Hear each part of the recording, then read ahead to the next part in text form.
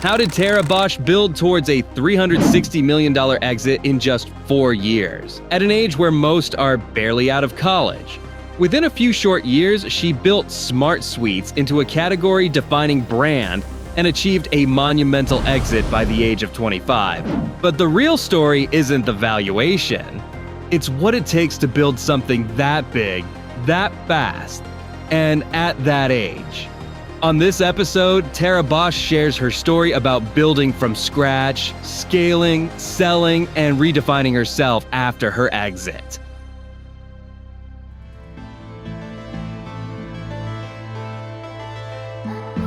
This is The Exit with Adrian Salimonovich, brought to you by the Exit Group and Morgan Stanley.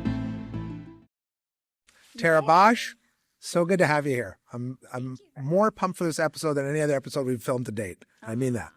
First of all, I'm a huge fan of SmartSweets. Incredible product. I want to hear that story, the origin story, for those that don't know about SmartSweets. Like, how did you come up with this? Like, how did this start? Yeah, sure. I know. I feel like I want to ask you so many questions too, but we'll go back and forth. Okay, sounds good. So SmartSweets, I was obsessed with candy like my whole life. It was my thing. Like I don't know if you watched Extreme Makeover Home Edition. Yeah, all the time. But I would always like be on the couch being like, oh, a candy bedroom would be my dream. Like I just had such a connection to it. And my grandma, who I called my Oma, who was my best friend in the world, her and I had candy all the time together. But then, you grow up. So in my teen years, I realized the impacts of sugar, and eating so much candy made me feel bad about myself. And I had body image and self-esteem issues. So stopped eating candy. Mm-hmm.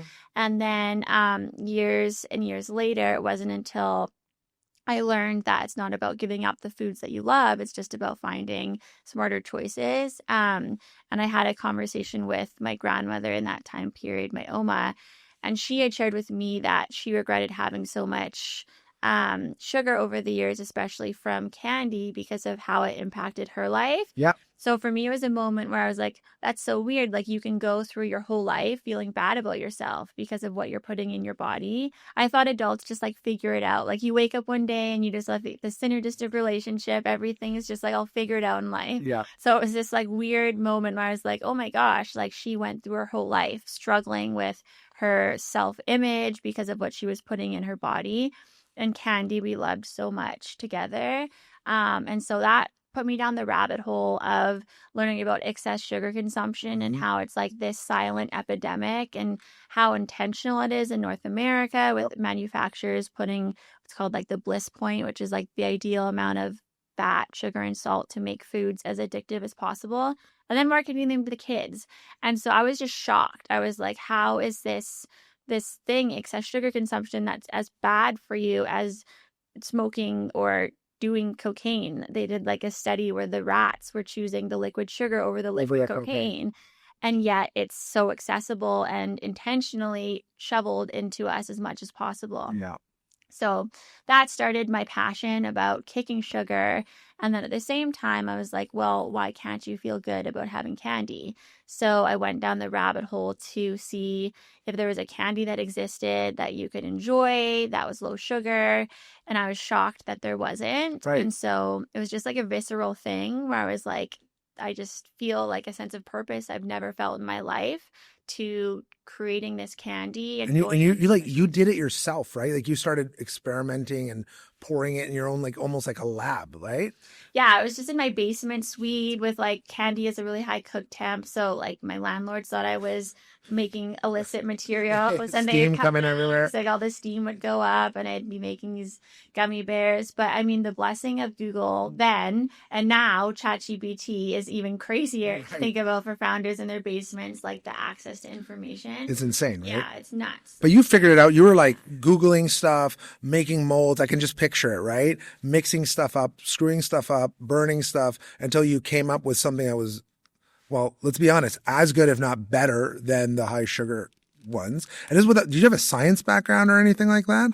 No, I mean, but that's the blessing of at Google, was I was able to access all these food science journals, and when you have the vision in your mind, I think I spent just as much time in that time period as recipe testing as I did working on like my mindset, because I was like so paralyzed with fear every day and imposter syndrome, being like, who am I to do this? Like, to that voice in my head that was just constantly belittling myself, that I had to spend as much time working on that and reading the books and the cheesy motivational tracks and Oprah's Super Soul Sunday to be able to get out of bed every day and like visualize myself as being capable of acting on the idea.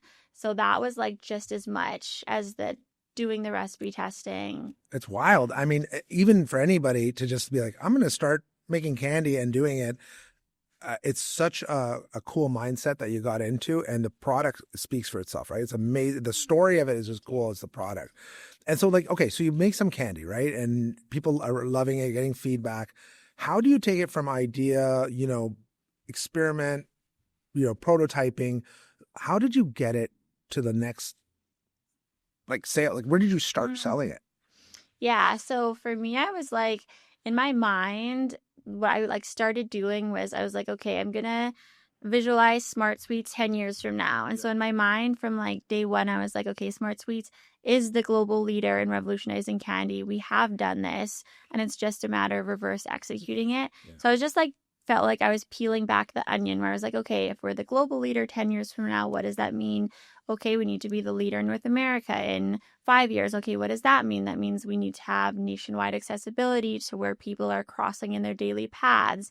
And at the time, I was in an accelerator program that a lot of tech companies in. It was Ryan Holmes out of Hootsuite. Oh, great. Yeah. Ryan's awesome. Yeah, he's great. And so I was seeing a lot of companies in like doing things in the tech vertical and beauty. And I was seeing that food companies weren't thinking the way that those kinds of companies were. Beauty, we're building communities around brands. Mm-hmm. And in tech, there was that whole like fail fast, MVP type thing. And so for me, I was like, okay, there's this tool of social media now. Traditionally in a food business, you kind of like build it chain by chain by chain. And so I was like, I want to find one nationwide partner that I can launch with and then be nationwide overnight, and then use social to push people indoors. Okay, brilliant. So that partner, was that a co-packer manufacturer partner, or was that a distribution? Like, did you get both in one? Is that what you did? It was that was a retail partner. Yeah, sorry. Okay. Retail partner. So for distribution to like live on the shelves. Yeah. The manufacturing, I like got it to a place in my kitchen, then I took it to a manufacturer. Yeah. And the tricky thing with candy manufacturers, and I feel like often when you're like innovating something new that hasn't been done, was that historically, in order to make candy, it is 99% sugar. Right. So to go to someone and say, I want to make this without sugar, was kind of an oxymoron, because they're like, well, what are you going to put in the product? Our machines are family generational, made with sugar. And so it was really about finding a manufacturer that got the vision and my conviction on the vision to give us a chance and opportunity. Yeah. And so you had to do that first, right? You had to have the ability, the manufacturer had to believe in you first, so that, or did you create the demand for, like when you went to your retail partner, did you get them to commit and then find the big manufacturer?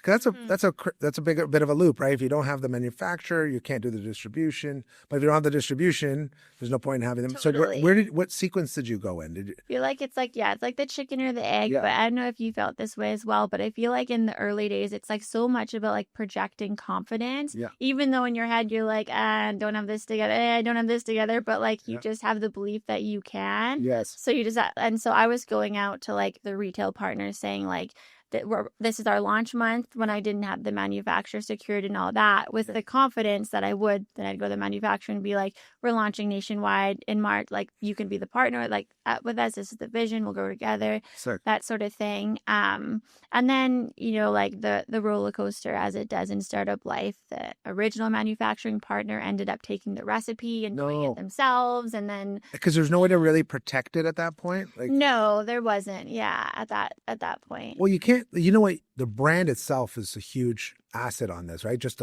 the way the colors, the way the brand's presented, and you can't duplicate you either, right? They can try to copy your formula or it's not. the idea is fantastic, but the execution was done great. Totally. An idea is just an idea, yeah, without execution. That like insert all the cheesy quotes for sure. The name was originally not SmartSweets; it was Stevie Sweets. Oh, okay, stevia. I guess you're using stevia. Is that? Yeah, and it only came from one of those moments where it was actually the moment when the original manufacturer took the recipe. I was like, oh my God, I don't have any debt financing left. I'm going to have to try and raise from investors.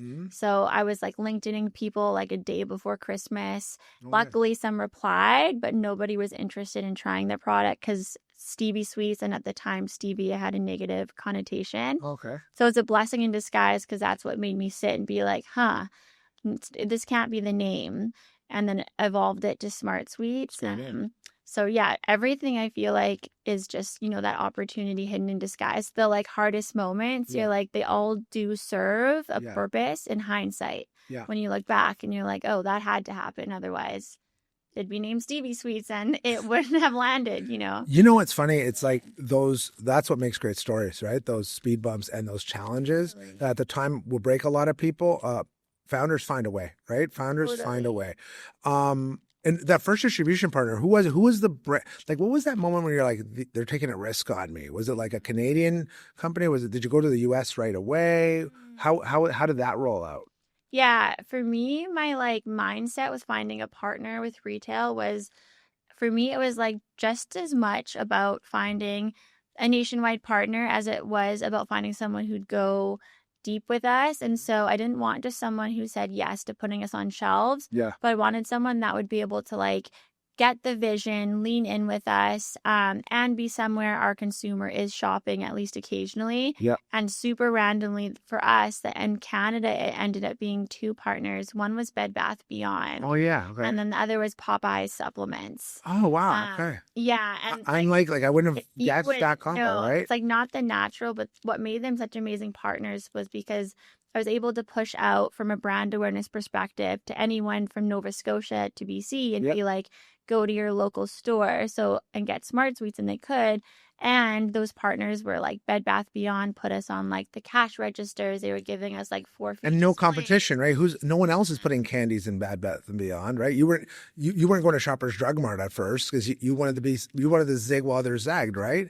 You must have one of the few candies in Bed Bath and Beyond, right? That's another tongue twister. Yeah, another tongue twister. Yeah, they were full sugar ones for sure, but it was mainly just from like, startup scrappiness, like Shoppers, all the big players. There's a lot of money that's involved in getting listed there, and then you just sit on shelf. And so like being able to get the off shelves, get the support, be able to like push out in creative ways, that was where going with non-traditional partners was really supportive. Yeah. Did they take equity in the business instead, or were they just like charging more? Were you paying them more margin? They became actual partners, right? They had equity. Oh, not equity. No. Okay. Yeah, they just had the regular retail margin. I think like it's so powerful. I mean, when someone believes in you and your vision, and I think like when someone speaks with such conviction and you have that moment where you're like, oh shoot, like this girl's going to do the thing, or like this guy's going to do the thing. Yeah. Like there's something that sparks excitement in you where you're like, whoa, I want to like be part of this. Like I want to get involved. And focusing on the what's in it for them. I was like always made sure to be like from an honoring relationships perspective with Bath Beyond. It's like, what's in it for them? Okay, yes, of course, it's about making money at the end of the day. So for them, they were making way more money per ring than traditional candy because we are a premium price point. Yeah. So really like being clear on the, like what's in it for them, I feel is so important too. Yeah, it's like leading with value or leading with what's in it for them is an awesome way to live your life, right? Because everyone's like, okay, yeah, that's a really great philosophy. And so sales, I saw the numbers and I was like, what? But can you share with us like first year, second year, like how you grew like the company? Like how did it look year one to where you exited? Yeah, it was honestly like being the whole like scale and speed that we moved at was really informed from that larger vision from day one where I was like, okay, we're going to be the global leader in peeling back the onion, because that really informed my belief that someone's going to own this space and we need to run like hell in order to be the ones to do it. So that informed the speed and the context, because I was able to like pour my whole heart and soul into it and know that like it's not going to be this way forever, but like how grateful and lucky are we to have this opportunity to execute on this and make this impact.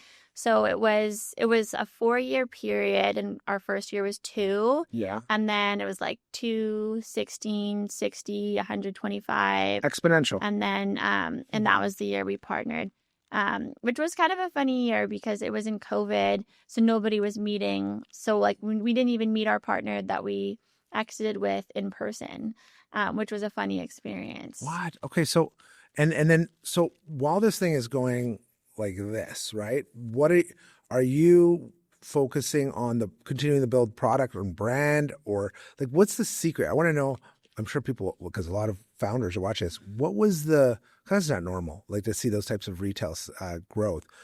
What caused that? Was the pandemic part of it? People were snacking more. They wanted better for you snacks. Was it signing a specific Walmart? Like what caused this? Was it all of the above? They're like, I know.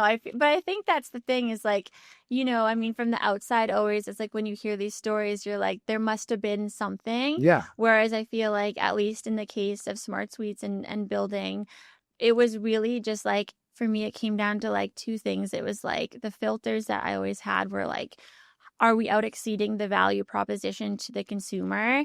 And it's kind of like Peter Thiel's book, such a good one, like 0 to 1, where it's like we weren't just beating the value by a little bit. We weren't just kicking a little bit of sugar. It was such a different value proposition for the consumer, where they could eat candy every day instead of a moderately enjoyed snack now. Yeah. And then the second was really like the filter was, how can we create a customer experience that can't be replicated? And so it really came down to like, we treated our consumers like our friends. So our KPIs for things like social were like, we would be like 7 days a week, 24 hours responding within like 4 hours. Yeah. And like not just responding, but if someone posted with like pink nails and we like their nails, would be like, we love your nails and like thanks for being part of the mission. And that sounds like such a like minuscule thing, but the intentionality of those 2 filters and what that looked like as we scaled, we would have like 6 customer experience reps when other companies that size would have 2. So we could and so there were those moments, the silver bullet moments that expedited our growth. One of them was when we launched nationwide in the States, super randomly, like Fox Business, we were really early, reached out and they were like, hey, do you want to come do a feature on SmartSweets in New York? And, when you do the thing, and I was like, yeah, I'll be there anyways next week for sure. No problem. Like just playing it cool. Yeah.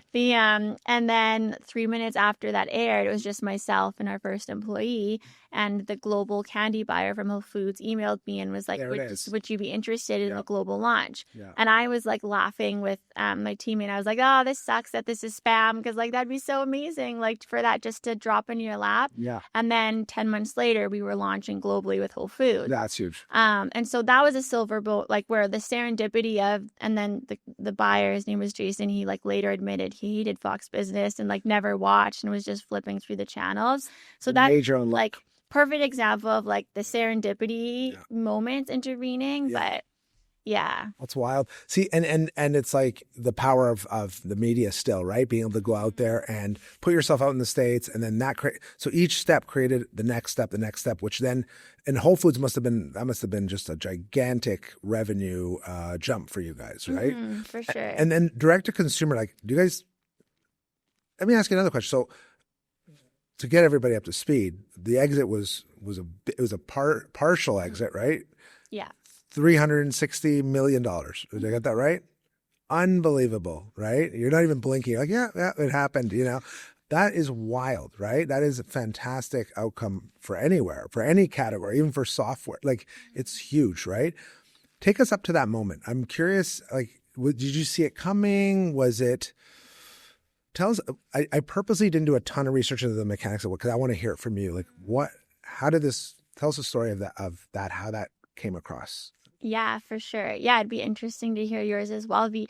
So basically, like for me with SmartSweets, from the beginning, it was like, for me, it was a moment. I don't know if you felt this way in starting your company too, but it was a moment for me when the idea came from the conversation with my grandmother, where like my whole life I was like kind of the person that was written off. Like I wasn't athletic, I wasn't academic. Like I just never, I always felt like I was just taking up space in the world and that like I didn't really matter. And when I had the idea for SmartSweets, it was like truly the first time in my life where I had this visceral pull where I was like, oh my gosh, like I'm meant to do something, like I can have a purpose in this world. And the impact in helping people kick sugar, and the like thought was like if we could do it successfully in the candy aisle, which is the most sugar packed aisle in the whole grocery store, then that makes a much larger statement about why is there so much added sugar in our foods. So from day one, I was like, okay, this is happening. We are the global leader. We have moved the needle. And then I was also like very intentional from the beginning, being like so filled with gratitude that being like this, I'm like this, I want to be like to be my everything. And also knowing from the beginning that at some point I always knew I wanted to partner with a multinational, and that at some point it would help us to expedite the vision with like the more sophisticated distribution and manufacturing channels. And also for me in life, I was 21 at the time, and I was like, I know that I know my life can't look like this forever. Like family, friends, anything outside of SmartSweets, to me, really, I had my blinders up. And my Oma, who was the reason I started the company, fast forward 4 years later, COVID is kind of starting to happen. We crossed that 100 million threshold, and it was the first point in the company where I was like, I gut feeling wise can't see around the bend anymore. And so I felt like, you know, whether we have a partner or not, bringing on a CEO makes sense for me to move into where I can still see around the bend to serve the mission. And then also my Oma was beginning to enter her end of life. And so for me, I was like, you know, what's the point of everything if I can't show up for my Oma like she showed up for me my whole life? So those kind of two things combined, I was like, it makes sense to find a partner now. And also I was at the point where like my adrenals and everything, I was pretty taxed. Like I remember I would have 7 cups of coffee a day. I'd feel nothing, still be exhausted. And so that was really the catalyst, and from a timing perspective, that it felt like the right time. And so at this point, when you're about to exit, you're $100 million. That's a significant company. How big is the company? Like, what's the head count like? I assume headquarters here in Vancouver. Yeah. So you're like 100, like 100. How many employees? I imagine at that. Super close. But there was like 84 of us, 85. Yeah. Oh, it's really good revenue per employee. That's like $1.1 million per employee. Yeah, we were pretty scrappy. Like our office was this like always this scrappy office. We never like got office space really until year 3 when Ryan was finally like, okay, you guys are gonna have to. He was so gracious to give us office space for so long. But yeah, we kept things really scrappy, and just through the lens of like not having fluff and just focusing on executing on what matters to the consumer. That's cool. And then, tell me about the exit, like the actual thing. Did it come in? Like, was there a process to it? Was it a known acquirer that came to you, or was it just like, how did that happen? Can you talk about that story a little bit? Yeah, I know. It's always such like a mystical thing. But to what you guys were saying before, where it's just like, it's this mystical thing that's not really talked about. So for us, what that looked like, I had a mentor that I'd gotten to know over the years. Her name's Janica Lane with Piper Joffrey. She's an investment banker. And so began working with Janica, who's amazing. And then it was kind of just like dating, honestly. There were like 30 companies, and then there were like a smaller group, and then it got and And there were a couple filters. I mean, one of them being our team was, and our senior team was, we had gender parity across the board on our team and on our board. And there were different things there from like a gender equity perspective that I really valued. Yeah. And the private equity firm, it was a female partner leading the deal. And so that played a big role as well. And just the values alignment, and they got the dance of like understanding our values and that sort of thing, and not wanting to come in and feel like they know so much more than us and overtake kind of what had been working in the magic of team and stuff. Yeah. Yeah. And so once the acquisition came on, did you say, I'm going to stay on board, I'm going to be the CEO, or did you move, did somebody come in and take over, and then you're like, I get to move over here? Did you leave the company entirely? How did you deal with that transition? I feel like that journey for me was, the universe had its plans and it all unfolded. So I was originally meant to stay like in kind of like a full-time capacity. Not necessarily be like firefighting all the fires. We'd bring on a CEO, but I'd still be heavily involved in like day-to-day operations.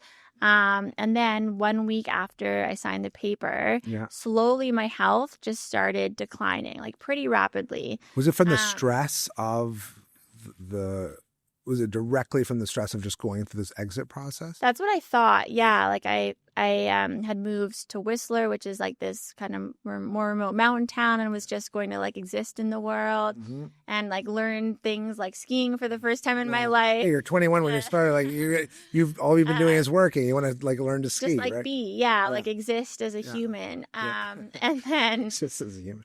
But so I had like a naturopath. I'd been to the hospital, and it was just like they just thought it was adrenal fatigue. And then 7 months later, I woke up one day and found out that it wasn't adrenal fatigue, but I was going to have a baby in 2 months. Oh, you were pregnant though. And the whole time, I was like so disconnected from myself that I didn't even know I was like literally pregnant.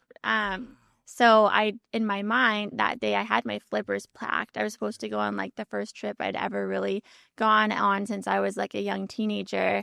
I had a one-way ticket to the Maldives booked. And then that day I found out that I was not going to the Maldives and I was going to have a baby in 2 months. And so I dove into like a completely different bucket, but the intensity being very similar to startup life. And so it was like a whole nother intensity that I jumped to right away. And so because of that journey, I dipped from the company pretty immediately. I was on the board and showing up in that way. But other than that, I was just like Googling how to be a mom. Wow, that's so intense. Like, I feel like this needs to be a book. Is it a book yet? Are you working on it? No, I haven't written one like you yet. Well, we got to get a book. I mean, that's the next thing we're going to talk. This has got to be a book, like in my opinion, or a documentary, you know? That's wild. So you went from startup, built this up, got a huge exit. Don't even get to like take a holiday out to the Maldives, go into being a mom. Wow. And then now today, so your mom, right? Amazing. Congratulations. But are you still involved with SmartSweets? Are you more an advisory role on the board? How active are you? Like, how much time do you spend on it per week? Let's just say I'm really not involved operationally anymore. I'm on the board. Yeah. And I don't know, if you felt this way or you do feel this way, but I still feel like SmartSweets is my baby. Like I still feel like if something was happening executionally that didn't align with me, like I would still 100% any day of the week be up to like dive back in. But they've done such a great job with the team and all the things that like it really is in the most amazing hands. And so now I think I serve in the most meaningful way that I can on the board, but it's not my like day-to-day or taking up like weekly hours really. Yeah. That's a dream though, right? You've got this awesome brand. It's well taken care of. So now you've got all this free time, right? Well, you don't really, you're a mom, but where'd you take all this energy after the exit? You seem like the kind of person that has to be bringing value or doing something cool. Being a mom is pretty cool, but you didn't just stop, right? You created a not-for-profit, an organization that you're very passionate about. you talk to us about that? Yeah, absolutely. Yeah, once I kind of came out of like the haze of like postpartum and like newborn life, then one of the things that I became really passionate about during building was supporting other women, but also just when I was building, I had so much the entire time insecurity and self-doubt and imposter syndrome.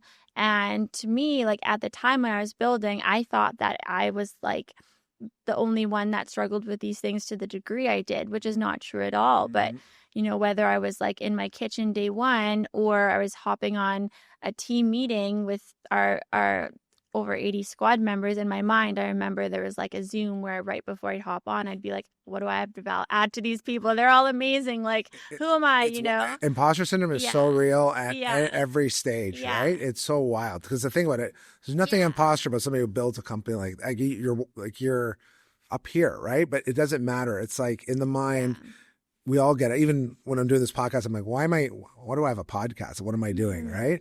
But it's wild that you were able to get over that. And a lot of people would be like, okay, I'm moving to Hawaii. I'm out of here. I'm totally done. But you decided to create this not-for-profit organization, which is wild, which I want to let you continue to talk about it. Well, tell us about it. Tell us a little bit more about like how it works, what you guys are doing. I find it fascinating anyway. So sorry. No, totally. It's so true. Like with imposter syndrome, it's this thing where it's like it's talked about, but still not to the place I think where it's totally normalized, and to the degree also where it's like the paralyzing feeling of and how it can really get in your head. So bold beginnings. And so that really came from wanting to empower women with big ideas to know they're infinitely capable, and B, can be a contributor to normalizing the conversation around imposter syndrome and fear and just all the things, and to be able to show up for women in that way. So Bold Beginnings is designed. It's a super intimate accelerator program. There's a $25K like strings free attached grant component of it. Wow. But more importantly than that, it's just meant to feel like you are like with a group of girlfriends that you've known for your whole life that are just like able and ready to show up for you when you need them to. Because sometimes that's what you need in those moments. And when you're in the pit of despair, you just need to be able to text someone to be like, and know you're not alone. And sometimes to have someone around the bend be able to tell you like, it's all gonna be fine, you know? Yeah. And so huge. It's huge, especially, don't you wish there was something like that when you were starting off SmartSweets? Like it would have been awesome if you had that. So you kind of created probably what you wish you had when you were starting off the company, right? Yeah, it makes the world of a difference. I didn't have that for a long time, and then had the fortune of meeting a woman. Her name's Judy Brooks, about 2 years into my journey.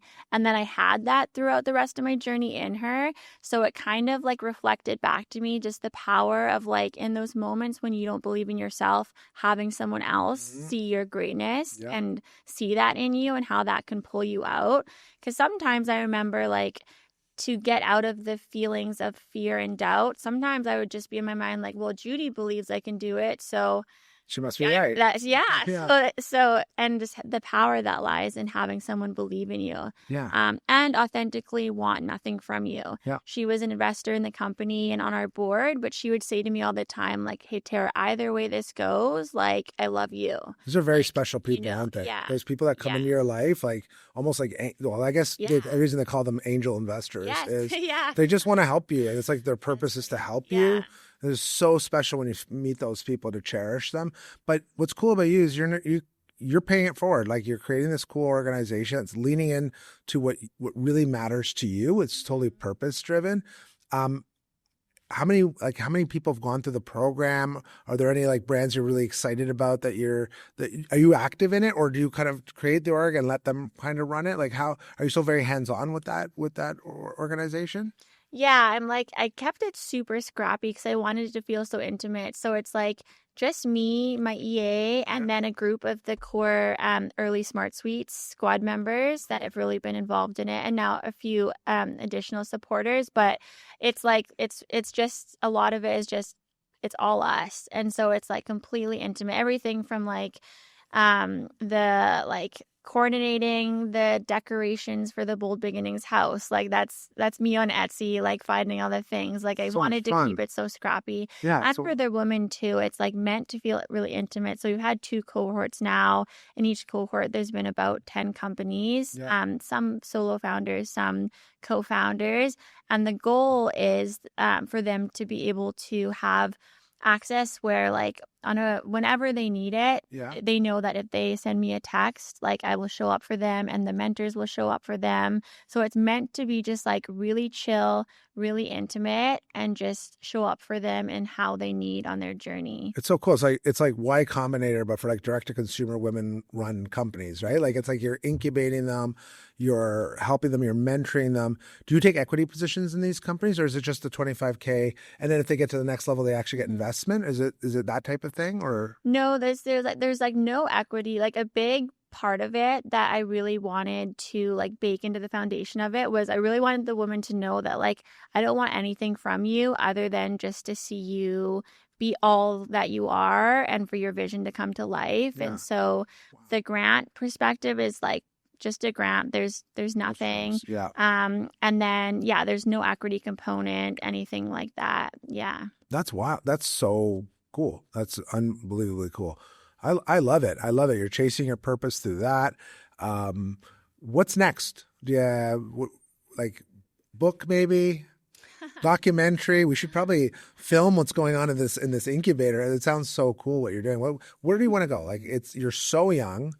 When you look at the next, I don't know, 10 years, what are you thinking? What gets you excited? Yeah. I mean, oh my gosh, I could ask you the same question. I mean, I truly just want to like serve in the way that I can most meaningfully. I feel like so infinitely grateful that somehow I was fortunate enough to have the journey that I did with SmartSweets, and to be able to show up for other women. And so I honestly, like, I think, and also in hindsight, and I don't know if you feel this way as well, but when you're building, people say to you, enjoy this time. It's so, and sometimes you're just in the hardness. It's so hard that you're just like, I'm so grateful, and it will be so nice to just be able to breathe.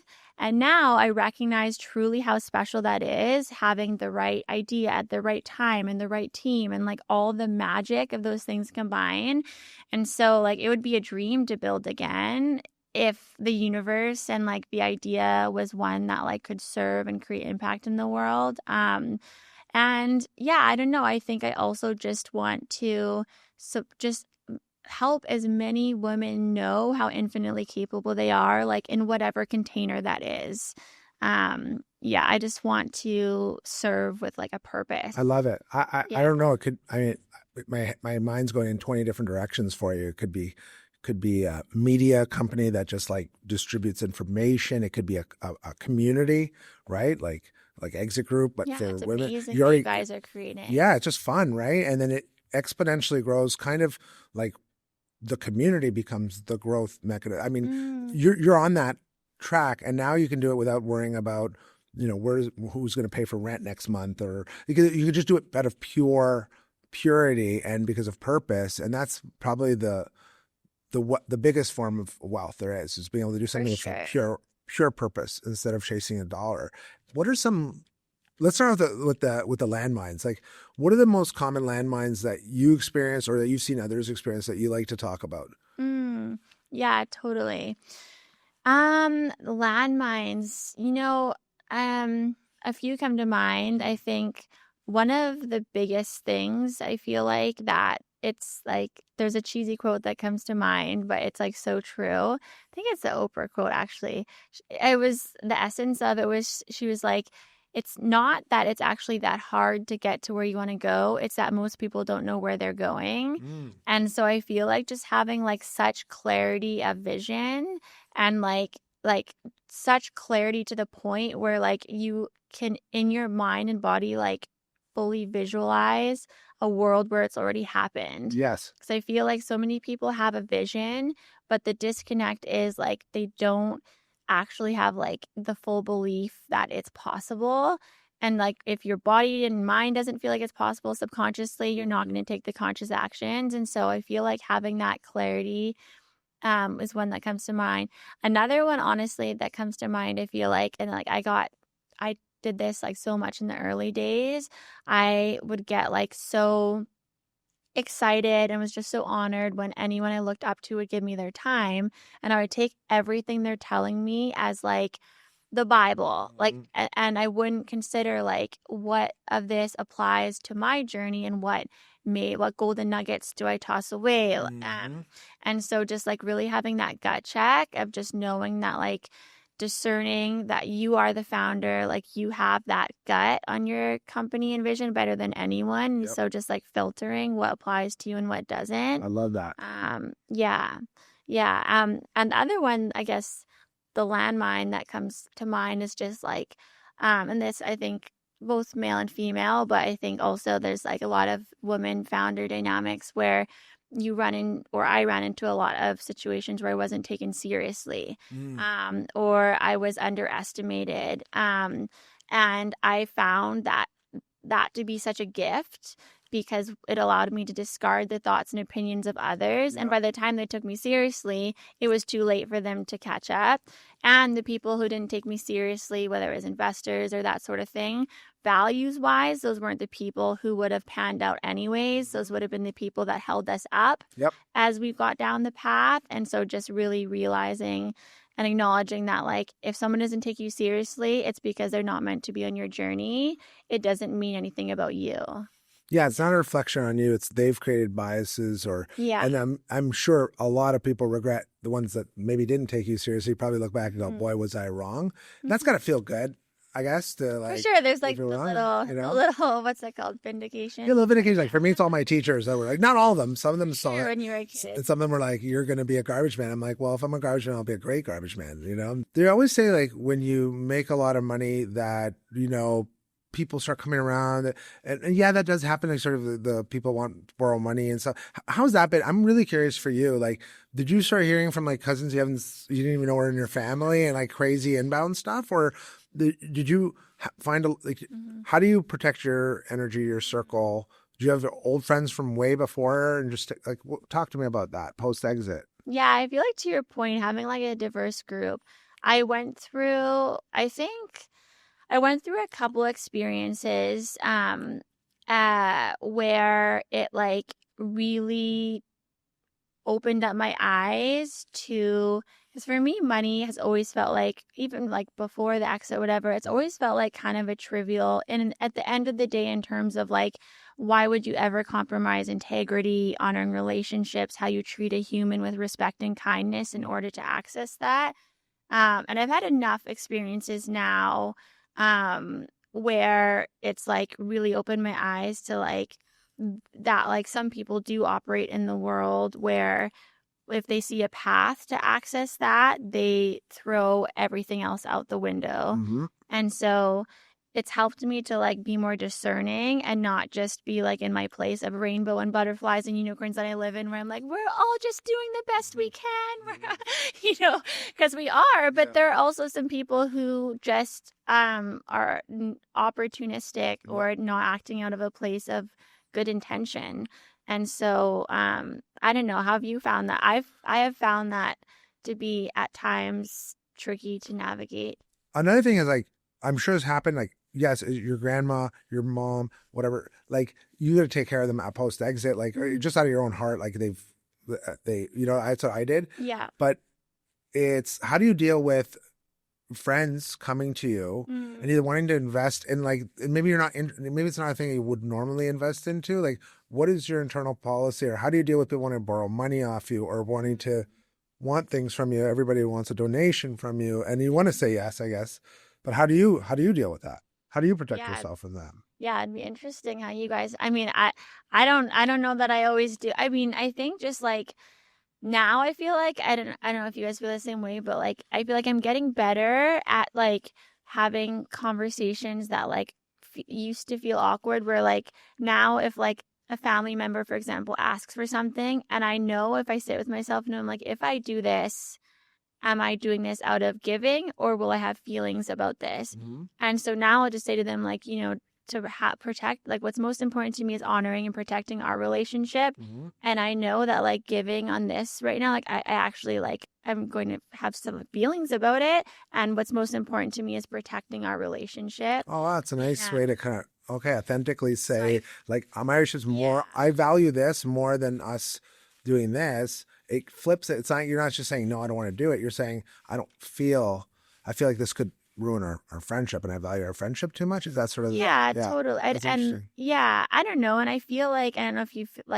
this way too, but I feel like anyone like authentic in your life that like truly values a relationship above all else, like they will they respect that, because they're like total, like, and they don't have, I don't know, like whenever you feel expectation on you, that's when it feels more icky to me. Yeah. When I feel there's expectation versus just like Organic, Yeah, right? yeah. The what we talked about. No, that's really interesting thing. It's and I think also not both ways, right? Not going around and having like when you, I don't want to say lower your expectations, because we don't want to lower, but like going into things without any expectation, whether it's a project or like having a high standard but not having an expectation, is a nice way to avoid disappointment. For sure. Also, in a similar vein. So these are all philosophies and frameworks that you've created to protect yourself, but it's really super interesting, right? No, ditto. I mean, and I don't know if you guys feel this way, but like from a values perspective and also just like doing your own healing work, I feel like I went through a big period where I was like, oh my gosh, I am living out my childhood and who is in my life. Yes. And so like, and so it wasn't until like I actually like started healing, and I feel like that's like an infinite process. Sometimes I like talk to my therapist and I'm like, so when do you like feel healed? Like, She's got like, you have a full-time therapist. You have like you have an at-home therapist, like full-time. honestly, maybe that's the key. That's a great idea. Yeah, it's a bit. But like the more I feel like I the more I feel like I healed like patterns in how I was showing up and who I was attracting into my life. Yeah. That was like the biggest thing for me that allowed me to like, I don't know if you feel this way, but that was the biggest thing for me, where I was like, I just like slowly started to like attract different people with like the same values and that were in integrity. And but it's like I feel like we act so much of our conscious time out of our subconscious. Yep. And it's from trauma. It's usually from yes, some sort of trauma. Yes, absolutely. I feel like so much of my identity was the company. And I think that's where a lot of my struggle came from, because I felt such a strong sense of identity and like so clear in that identity as a founder, building my company, that all of a sudden when like that wasn't there, that was for me like the part of the biggest part of it was just being like that sense of loss, as just being like, well, who am I? Is that going to be the most impactful thing I do in my whole life? Like, because people often would say too with positive intent, but they'd be like, you're so lucky you had that journey. Like that happens only once in a life often. And then I was like, it's kind of depressing, because I'd be like, oh my gosh, like, is this the most impactful thing I'm going to do my whole life? It was like, it really was depressing. Yeah, no, I it's like, and it is statistically, think about the statistics of like launching a business and making it that successful. It's like winning a lottery, right? For sure. But it's not about repeating another, Yeah. oh, now I'm going to go $1 billion next. I think it's more like, sure. now that I don't have the pressure, like maybe I write a book, maybe I create a documentary, Totally. maybe I create a Impact. movie, maybe create a Yeah. media thing where there's no more money. Like you're already doing it with your not-for-profit. You're literally helping others get to where you are. I think that's arguably more impactful. The candy thing is awesome, but that you're going to create maybe dozens of new companies and thousands of new jobs through the women that you're mentoring right now. Sure, you're like residual impact. I think you've got it more figured out than most people I talk to. So like you're doing cool stuff. Yeah. This probably I discovered through serendipity. We're using the word serendipity a lot today. I found this in Venice Beach, California. I never imagined it was a Canadian root product. I got addicted to it in a good way. Like I would eat it, and it's like not only better for you, but it's like good for you, right? I love it. One of my favorite products. Now one of my favorite founder stories. It is so awesome to have you on the pod. I think we're going to be doing more of these, I hope. Yeah, so fun. Congratulations on your life. What else can I say? Oh my gosh. Ditto. No. We're all just figuring it out every single day. It's true. It is true. Yeah. Thank you so much for coming on board. Yeah, thank you. Awesome episode. It's an honor. Thank you. It was so great. So great. So good. So yeah. cool. Thank So you so cool. much.